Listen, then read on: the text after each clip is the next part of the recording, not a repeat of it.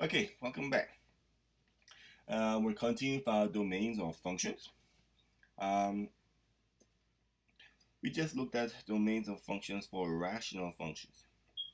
Well, there happen to be other kinds of functions you need to be able to find a domain of. And the first ones are what we call polynomials. Polynomial.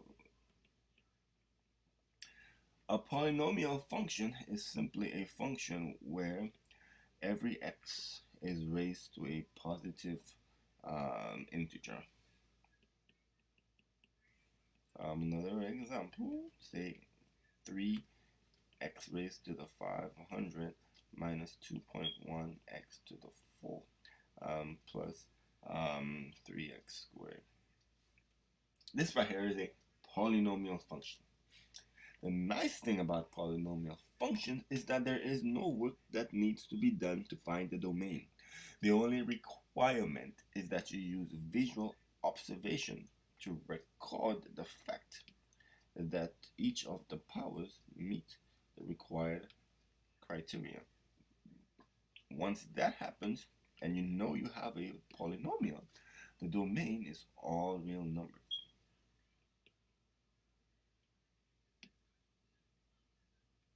The domain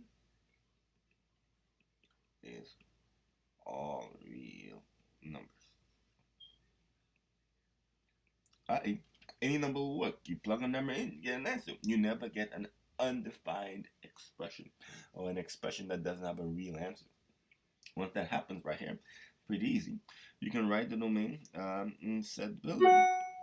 In set builder, you can write the domain as x and then write all reals.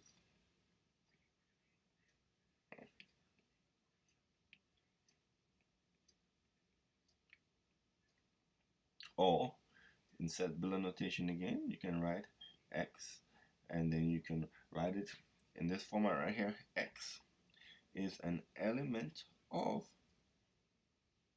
the real number system. X is any real number. So you have that right here. You have the domain of a polynomial function. Notice how I find the domain of polynomial function is so much fun. You don't have to do anything. Of course, you can graph the answer. You get yourself your number line. And all you do is you shade the entire number line. Whee! Now, I like shading above the number line for some reason. Maybe once you can just shade the actual number line, right here. And then your interval notation.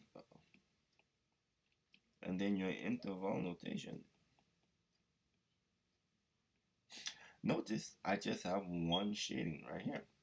And so your interval notation ends up being I start shading at infinity and I don't stop until I get to positive infinity. Whew, that sounds like it would take forever. But that's the classic. You hear it all the time. Negative infinity to positive infinity domain.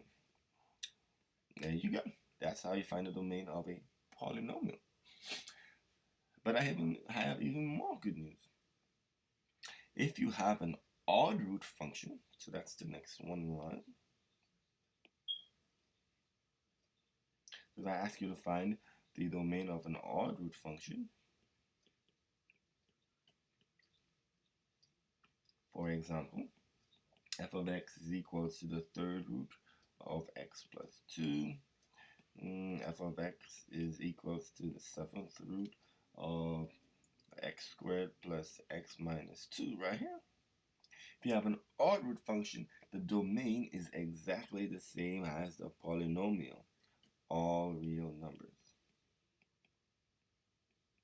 And so therefore you just have to go back and either write in set builder, graph, or interval.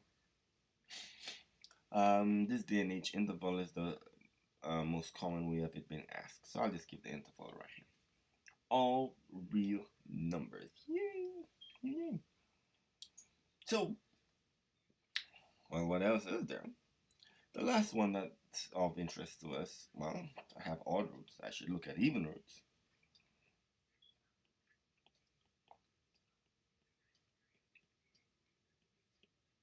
root. Even root functions.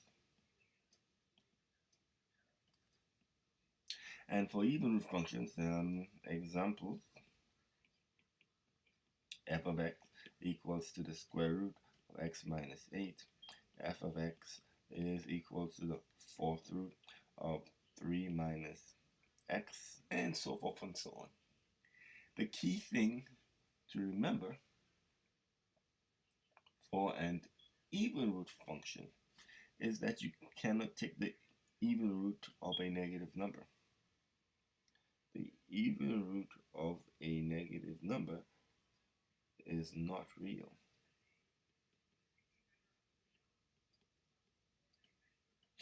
There is no number that I multiply, or there is no real number. When I multiply it by itself, I get an answer of negative 8. And so because of that, there are two steps again for finding the domain of an even root function. The first step is to take what's under the radical sign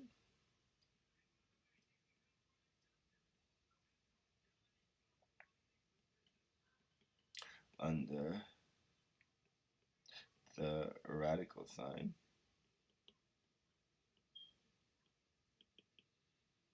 and then what you want to do is you want to set that and then set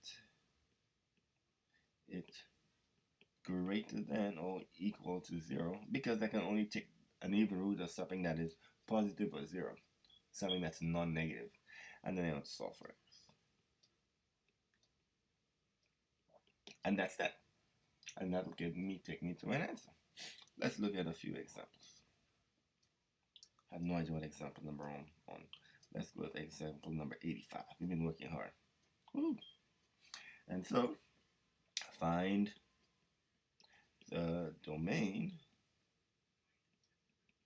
of, and so I have f of x is equals to the square root of x plus 3.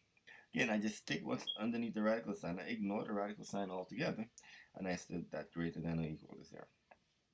Now, solving inequalities are just like irregular equations, except if you multiply or divide by a negative sign, you have to flip the sign. Here I'm just subtracting 3, so the sign will not flip. And so I have x is greater than or equal to negative 3. This answer needs to be expressed in interval, set builder, and graphical notations. So, set builder. Set builder is always the easiest one because you don't do anything except adding your curly brackets and your x bar. And then you have x such that x is greater than negative 3. The graph. So again, you have your number line. Somewhere on this vast number line exists the number negative 3. This time, at this negative 3, I am not going to have an open circle. I am going to have a closed circle. And this is because of the equal sign. Right here means I'm equal sign. Now, if I am greater than 3, I shade above 3.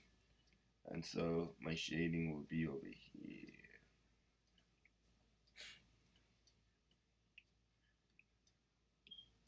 Above 3, right here. Shade, shade, shade.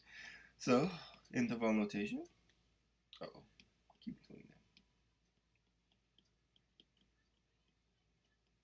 that. Your interval notation, I only have one shaded region. And so I start shading at negative 3. Notice I'm now using a square bracket.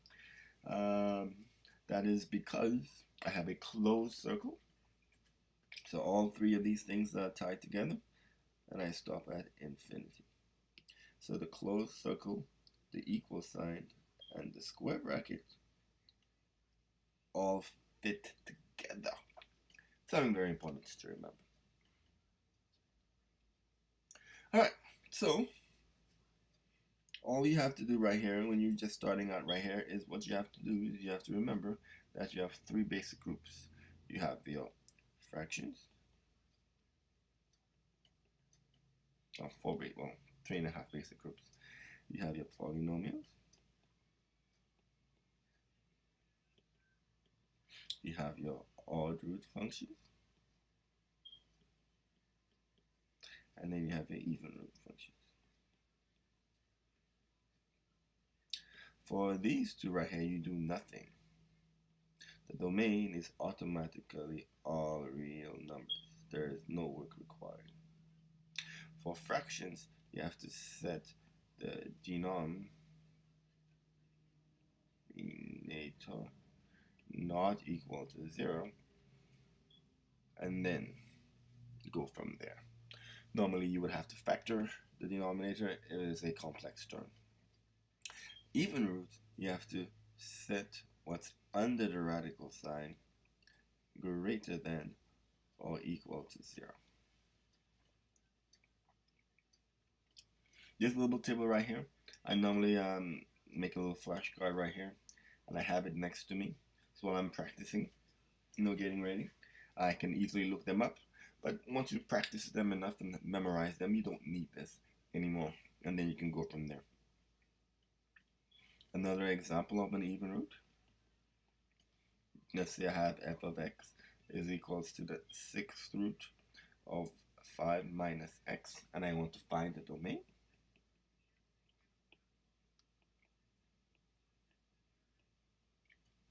I simply take what's underneath the radical sign. I set that greater than or equal to 0. And then solve for x. Subtract 5, negative x is greater than or equal to negative 5. I divide by negative 1, divide by negative 1. But because I'm dividing by negative 1, the sign must flip. And therefore my set builder, again, the easiest one of them all, x is less than or equal to. For some strange reason on the test, they normally ask for interval notation. But hey, if they say find the domain, you can use the set builder. If I had to graph, somewhere on this line is a 5. I have a closed circle at the 5. And then I shade this side because I am less than. If you're less than something, you're below it. And so you shade on this side right here. And your interval, I only have one shade region. I started shading at negative infinity, and I stopped shading at 5 square bracket. And that is my answer. Thank you.